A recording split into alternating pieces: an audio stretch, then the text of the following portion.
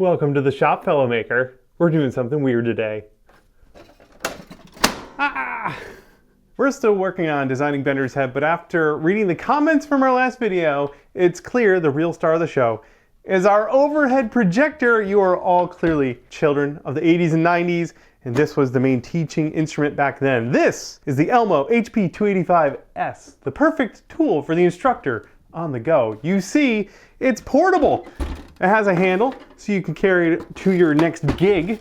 And then, of course, the whole thing unfolds to create the projector, the useful projector. But there's a problem. There's a problem with this one in particular. Part of it is broken, and we have the technology to solve it. We've got clearly labeled instructions over here, which I always appreciate. The lid opens up, and the arm and everything folds out. It also extends the whole body. So as that happens, there we go. This comes up, and it keeps going up until it locks into place. This flops over like that, but our problem is down here, this mirror. This is the mirror that sends light from this bulb up and out, and it rides along two tracks, one on either side. You can see this side right here pops in like that, and when you fold it closed, it slides along there. But this one is broken. It's broken on the bottom. Let me take it out of there so I can show you. The whole thing's held in with just this one screw. Oh, and it pops out. Let's not lose that screw, although I bet I have dozens of these somewhere. Here's our part. You can see the piece that is missing right here, so that little nubbin just pops right out and the whole mirror shifts around. We don't want that, so we'll have to remake this whole thing. You can tell that this is symmetrical. They use it for both sides, so it can be swapped around, and they only have to make one part. You can also see the artifacts of space saving or material savings, and even ports where they injection molded this thing. There are these little tabs here that are, seems like it's meant to hold the mirror down, but I don't think they are necessary. And I want to print my part in this orientation, so I think I will omit these tabs. Otherwise, it's time to grab my calipers, take some measurements, and draw what our new piece is going to look like. I've drawn the part I'm going to make. You can see I've simplified it a little bit compared to our original, but now I can take measurements for everything that's critical. For example, this slot needs to be 5 millimeters wide. That's where our post is going to slide through there. So we'll say that is 5 millimeters. And so on. The overall width of this thing needs to be 70. Here to here, that's 55. And so on. I basically just take measurements and fill all of this out, and then I'll have everything I need to know when I go into Fusion to model that part perfectly. Oh, now Willow's here. Hold on. It's time to 3D model, but Willow had other ideas. Oh, fluffy cat. Okay, it's time to go. Lorp. Nearly every feature of this part can be described in one two-dimensional view, and that's the sketch that I've drawn here. All of these dimensions are those dimensions we took downstairs on our piece of paper, just translated to a sketch. From this sketch, we can extrude our parts, and this dimension is also described by my drawing 9.6 millimeters. That's one part. There's another part, and then there's this thing in the middle.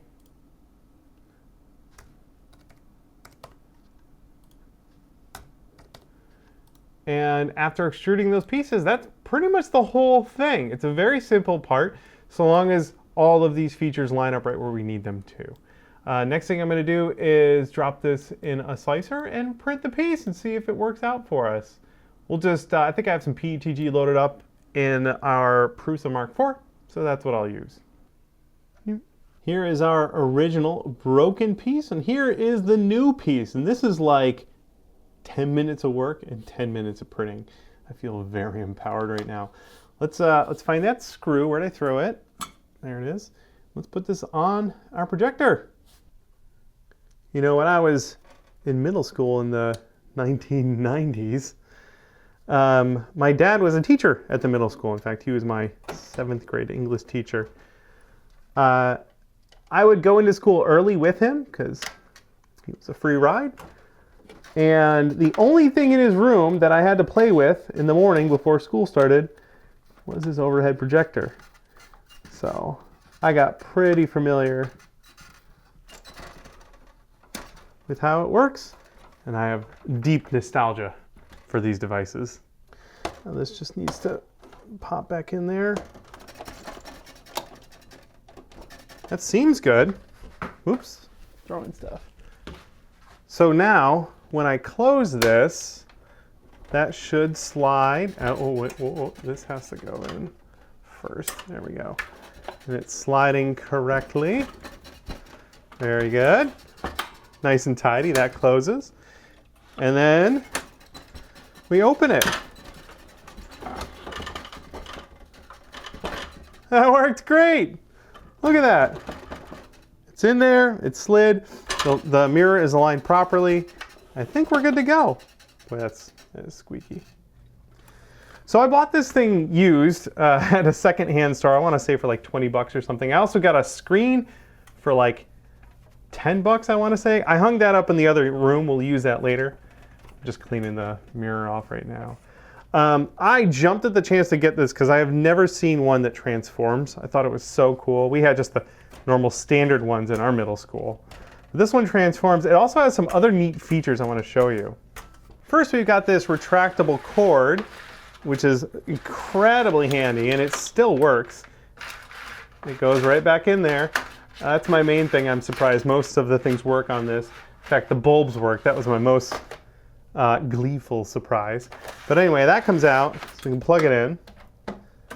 It also has an auto off feature. So if it's running and you open this thing, it turns off because that gets really, really hot. There's this fan here. You can hear that going when it kicks off. Very good. And finally, one more neat feature. This thing has 2 bulbs in it. One of them is a spare, and you can swap with this switch. It's a chunky mechanical switch, and I really love it. It feels really good. And it just swaps between one of 2 bulbs. It literally just swaps to another bulb. So if you're in the middle of a presentation and a bulb goes out, oh no! Don't worry, kids. Class can continue. Well, now that we've got this back to perfect operating order, why don't we go set it up on the screen, play around a little bit. My ceiling mounted screen. I don't have the standard middle school rolly cart, but I do have a trash can, and I built this lid for it so that I have another space to work on and I can still throw stuff away. That looks like the perfect stand for our projector. Now we just line it up with our screen. All right, I think I can get a little closer. Just like in middle school, I've got some transparencies. These are just acetate sheets. I've got a stack of them, and you can print on them in your laser printer. Of course, I've got Bender's model sheet there, ready to go. I love it. I also have a blank one so that I can use that. I remember my dad would prepare these ahead of time. He would write on them with a dry erase marker the whole lesson for the day, and then he could just put one sheet down. Today, we're learning about verbs. And he would just drop it down. He'd have a whole sheet of things to learn from, and then he could swap it out to the next thing. And the best part is you can modify stuff on the fly. So if I'm working on Bender here, I could, you know, add a mustache,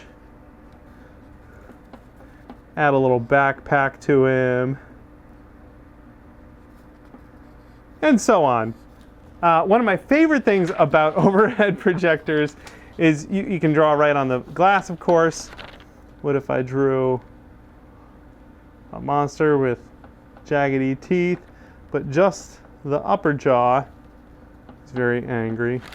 And now I can come in and draw the lower jaw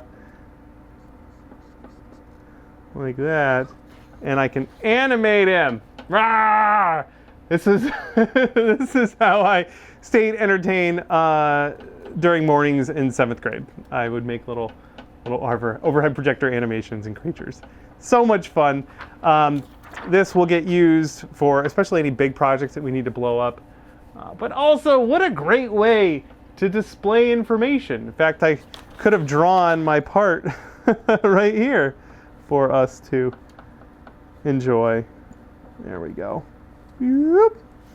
There's our thing. A++. Great work. That wraps up this quick little project.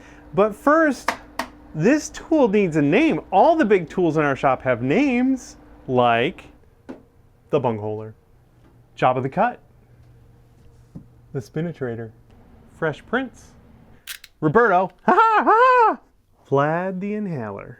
So yeah, what should we name this thing? Please drop a clever name down in the comments. You all have helped name all of our tools, and this should be no different. Thanks so much for hanging out with us in the shop today. Hopefully I inspired you to try a little CAD yourself. We've got a video course over on our website for just 20 bucks to learn the basics of Fusion 360, especially if you want to make props and costumes using 3D printing. It's super handy. A huge thanks goes out to the members of our Extra Credit Club. You can join on Patreon or right here on YouTube through memberships. Get access to all of our videos early. Thank you so much for that support. That's how we can afford to do all these videos. I appreciate you hanging out with me in the shop today. Hope you had a lot of fun, and we'll see you in the next build. Bring me the blue pages! I don't know why I sound like a pirate. Yar, bring me the blue pages!